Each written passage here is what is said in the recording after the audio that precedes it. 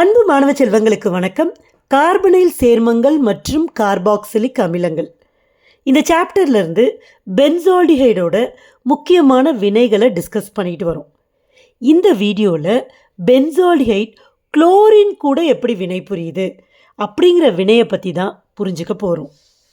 Benzaldehyde chlorine கூட 2 விதமாக வினை புரியுது.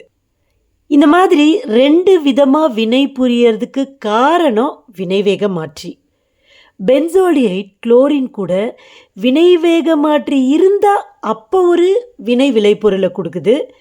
வினைவேக மாற்றி இல்லாதப்ப பென்சால்டிஹைடும் குளோரினும் வினை புரிஞ்சு வேறு ஒரு வினை விளைபொருளை கொடுக்குது. முதல்ல வினைவேக மாற்றி இருந்தால் அவங்களோட முன்னிலையில் பென்சால்டிஹைட் குளோரின் கூட எப்படி வினை புரியுதுன்னு பார்ப்போம். நம்ம எல்லாருக்குமே எலக்ட்ரான் கவர் பதிலீட்டு வினை பற்றி தெரியணும். ஒரு சேர்மத்தில் பென்சீன் ரிங்கில் வினை நடக்கிறப்ப, பதிலீடு நடக்கிறப்ப அதை எலக்ட்ரான் கவர் பதிலீட்டு வினை அப்படின்னு சொல்கிறோம். ரொம்ப டீப்பாக நான் இதுக்குள்ளே போகலை, ஜஸ்ட் அதை புரிஞ்சுக்கிட்டா போதும்.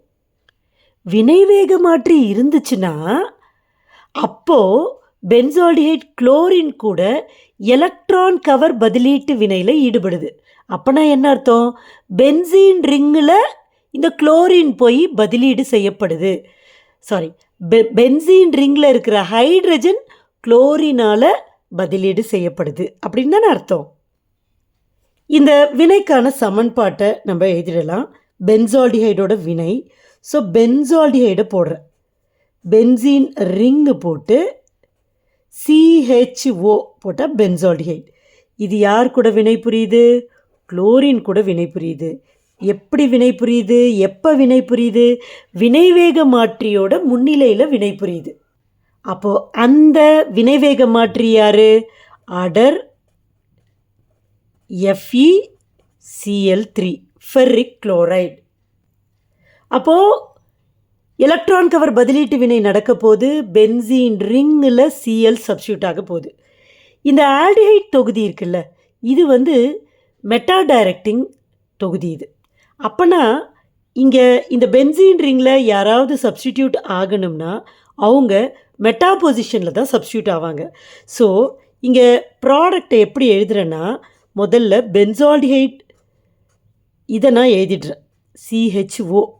ஏன்னா இந்த CHO இந்த குளோரினால் இங்கே பாதிக்கப்பட போவது கிடையாது. வினையில் இது ஈடுபட போகிறது கிடையாது. அதனால் அப்படியே எழுதிட்டேன். இந்த Cl என்ன பண்ணுது? இந்த இடத்துல மெட்டா பொசிஷனில் ஒரு ஹைட்ரஜன் இருக்குல்ல, இந்த ஹெச்சும் இந்த Cலும் HClஆக போயிடுவாங்க.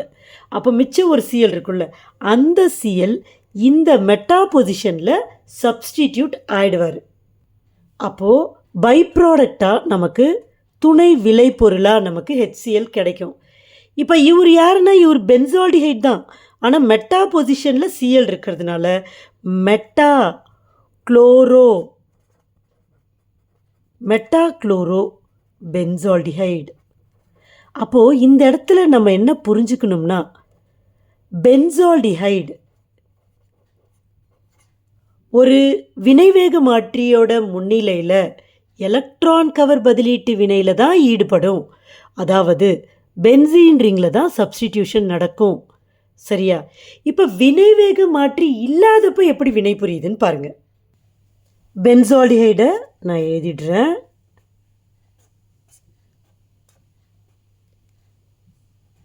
CHO C double bond OH இப்படி எழுதிக்கிறேன், பிரித்து எழுதிடுறேன் நான். இப்போது குளோரின் வினை புரியுது. வினையூக்கி இல்லை, அதான் ரொம்ப முக்கியம். வினையூக்கி இல்லை. அப்போது இந்த எலக்ட்ரான் கவர் பதிலீட்டு வினை நடக்காது. அதாவது பென்சீன் ரிங்கில் பதிலீடு நடக்காது. அப்போது இந்த வினை செயல் தொகுதியில் இருக்கிற ஹைட்ரஜன் தான் வினை புரியும். அப்பையும் ஆனால் HCl தான் போகும். இந்த ஹெச்சும் இதில் இருக்கிற ஒரு Clலும் HClஆக வெளியில் போயிடும். துணை விளைபொருள் அதுதான். அப்போ இது போச்சு இல்லை, இங்கே ஒரு Cl மிச்சம் இருக்குல்ல, அந்த Cl அங்கே வந்துடுவார். அப்போது பென்சீன் ரிங் போடுங்க. C double bond O CL.